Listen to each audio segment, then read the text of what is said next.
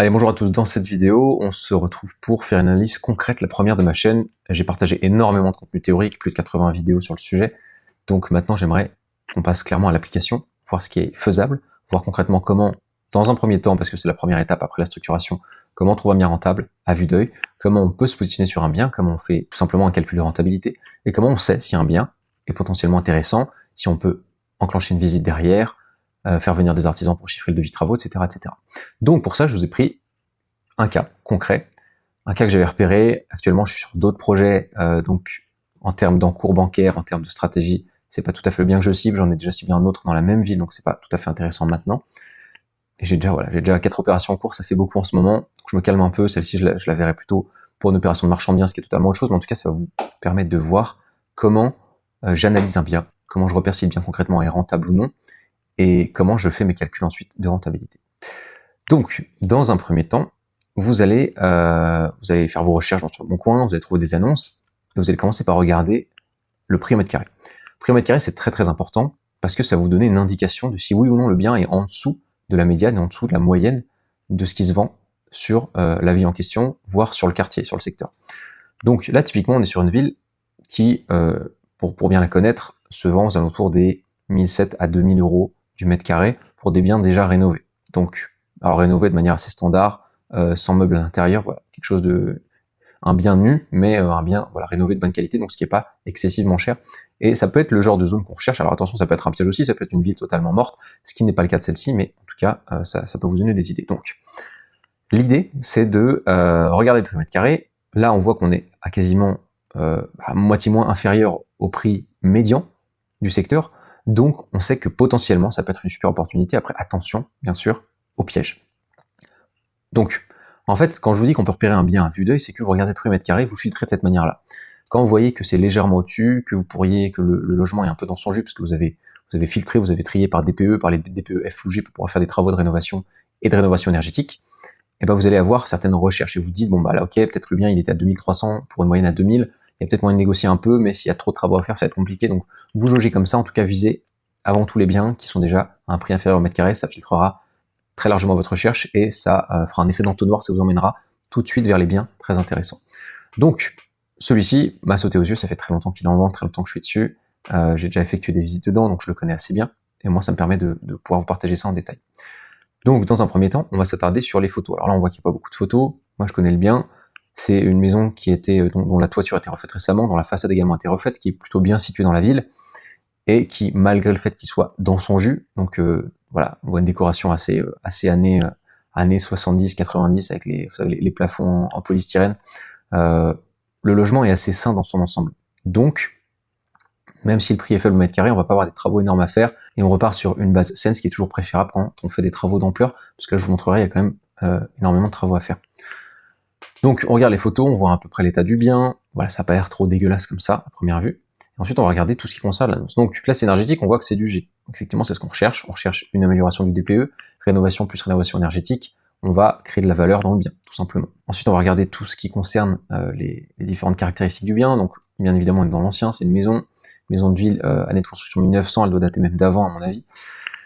Nombre de pièces 8, 3 salles de bain, 5 chambres, 177 mètres carrés. Alors, là, attention à bien vérifier, et là, c'est précisé dans l'annonce, et c'est ça qui est important, 177 mètres carrés en loi Carrez. Donc, pourquoi c'est important? Parce que dans des villes comme ça, à 2000 euros du mètre, c'est pas gravissime si vous perdez quelques mètres carrés, si vous perdez 2-3 mètres carrés, vous perdez 4 à 6 000 euros. Mais si jamais vous achetez dans une ville à 3000 euros du mètre, bah, ça peut vite chiffrer. Et si on vous annonce 177 mètres carrés, alors qu'en réalité, il y en a, je sais pas moi, il y en a 160, bah, vous multipliez 17 mètres carrés fois 3000 euros du mètre, tout de suite, ça fait plus de 50 000 euros de différence. Et ça, c'est non négligeable. Donc, vraiment très important de demander, quand vous avez un bien intéressant, de demander au vendeur quelle est la surface réelle en loi Carrez, je demande les documents de diagnostic, et dedans ce sera spécifié également d'autres documents qui spécifient la loi Carrez qui seront disponibles et normalement qui sont obligatoires pour la vente. Donc, qu'est-ce qu'on voit d'autre? De nombre de niveau 2, alors en réalité il y en a 3, il y a rez-de-chaussée, premier étage, deuxième étage, état du bien rénové, bon, on va toujours faire attention, le bien n'est pas rénové, l'extérieur l'est mais pas l'intérieur, et ensuite on peut voir la description. Donc une maison qui offre un beau potentiel pour famille ou projet d'investissement, alors c'est une zone où je sais que des familles vont pas vouloir investir parce que 150 000 à l'achat, plus vous verrez, il y a environ 150 000 euros de travaux, 300 000 euros, c'est une enveloppe budgétaire que peu de personnes ont pour une acquisition de résidence principale, Surtout que là, c'est une maison de ville qui a pas de jardin, donc c'est un peu plus compliqué de se projeter, de se dire, ouais, ça va être sympa pour une famille. Donc effectivement, ça se prête mieux à un projet d'investissement. Une vue dégagée, effectivement, c'est une vue traversante. Situation géographique idéale, proche des écoles, commerce, transport. Il y a un train juste à côté qui mène vers Grenoble, donc effectivement, c'est idéalement situé. Un parc juste à côté, on n'est pas loin du centre-ville, donc c'est parfait. Là, on voit également comment la maison se compose. Là, on voit déjà qu'on a un 39 mètres carrés avec son propre accès et compteur électrique. Donc ça, c'est déjà bien, parce que si on veut diviser, c'est le projet, vous verrez, on veut diviser en 3 lots, 3 appartements différents. Donc ça, c'est typiquement le genre de projet que j'adore. C'est par là que j'ai commencé. Moi, j'avais divisé une grande maison en 2 appartements. Là, c'est exactement le même principe. Donc, on a déjà un appartement de 40 mètres carrés avec son compteur individuel. Ce qui veut dire que si on veut faire 3 lots, on n'aura plus qu'un seul compteur à placer, parce que logiquement, on en a déjà 2, un pour la maison et un pour le 39 mètres carrés à part. Voilà, idéal pour une location ou espace privé. Ensuite, on a cuisine, grande chambre, salle de bain, etc. Et puis 2 niveaux supérieurs qui font environ 120 mètres carrés, une grande chambre de 16 mètres carrés, 3 grandes chambres rénovées. Alors, elles sont pas rénovées en réalité, elles sont juste rafraîchies. Buanderie, salle de bain, baignoire, WC. Alors, il y a tout à refaire, bien sûr. Hein. La salle de bain est très vétuste, même si elle est saine, encore une fois. Il y a une cuisine à créer, même il y a 3 cuisines à refaire. Hein. Il y en a une à refaire, 2 autres à créer, donc tout est à refaire pour le coup. Et il y a une cave, effectivement, qui a ses bases de plafond, dans laquelle on peut faire du stockage pour la copropriété, par exemple. Voilà, donc façade ravalée récemment, tout à l'égout, canalisation refaite à neuf, ça c'est super, parce que ça coûte très cher, chauffage électrique, ça c'est top, hein, parce que si on a un chauffage au fioul ou au gaz, va tout de suite falloir condamner tout ça, repasser tout à l'électrique, donc c'est aussi des coûts supplémentaires. D'autres photos disponibles sur demande, évidemment, vous pouvez demander d'autres photos si vous êtes vraiment intéressé par le bien. Donc là, on a à peu près toutes les infos dont on a besoin pour, à mon sens, dans un premier temps, enclencher un appel avec le vendeur. Alors on voit que c'est une vente en direct, alors c'est passé par beaucoup de facteurs différents. D'abord une vente par agence qui s'est pas faite, puis ensuite une vente en direct.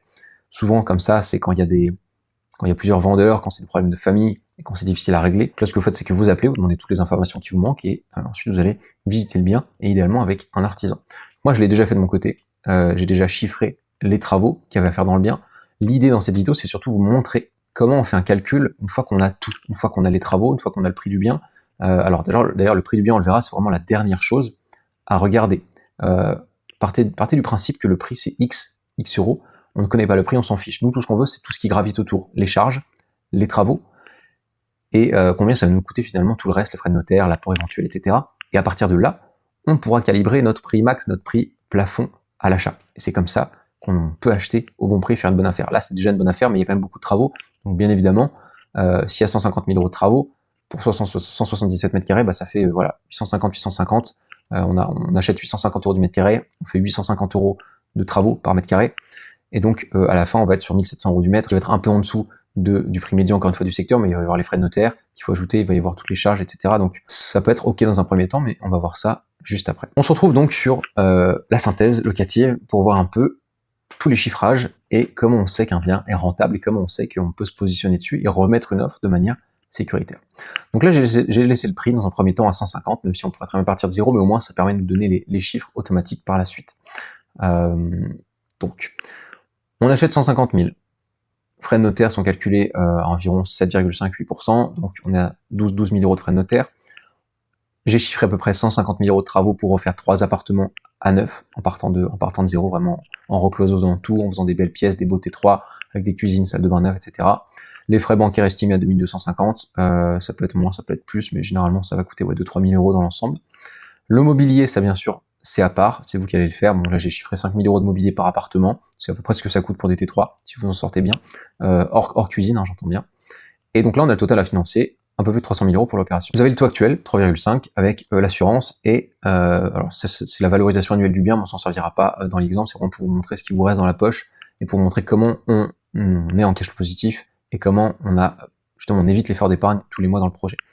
Donc détail du crédit, 312 000, apport j'ai mis 1%, parce qu'on peut partir du principe qu'on fait du sans apport, c'est toujours possible aujourd'hui avec la bonne méthodologie. Donc on va mettre 1% d'apport qui vont correspondre notamment aux frais bancaires et peut-être un peu plus de frais. Alors on peut négocier bien sûr, on peut se dire qu'on va mettre 5%, mais ce qui amène déjà le montant à 5% à 15 000 euros, et tout le monde n'a pas 15 000 euros à mettre dans un projet IMO, donc bien entendu le but c'est de faire du sans apport. Donc moi pour la forme, je vais quand même laisser le 1%. Ensuite pour la durée, on part sur du 25 ans, essayer de maximiser la durée pour avoir des mensualités les plus basses possibles. Encore une fois, tout dépend de votre stratégie. Donc si votre but c'est de vous enrichir plus vite et d'embourser du capital plus vite, bien entendu, vous pourrez diminuer la mensualité. Là, on part sur une stratégie à cash flow positif, donc je vous montre très brièvement pour pas vous embrouiller, mais si on part sur une durée de 20 ans, on va être en cash flow, vous voyez, c'est rouge en cash flow négatif, donc on va avoir un effort d'épargne à faire tous les mois, ce qui n'est pas souhaitable dans notre cas. Donc on va rester sur une durée de 25 ans, vous voyez bien sûr que quand la durée diminue, les mensualités augmentent, par conséquent, vous allez rembourser plus tous les mois, mais vous allez avoir également certainement un effort d'épargne à faire dans certains cas, d'où la différence de la durée. Après, la durée est modulable, vous n'êtes pas obligé d'avoir du 20 ans ou du 25, ça peut être également du 21, du 22, du 23, parfois même du 26, du 27, du 28 chez certaines banques.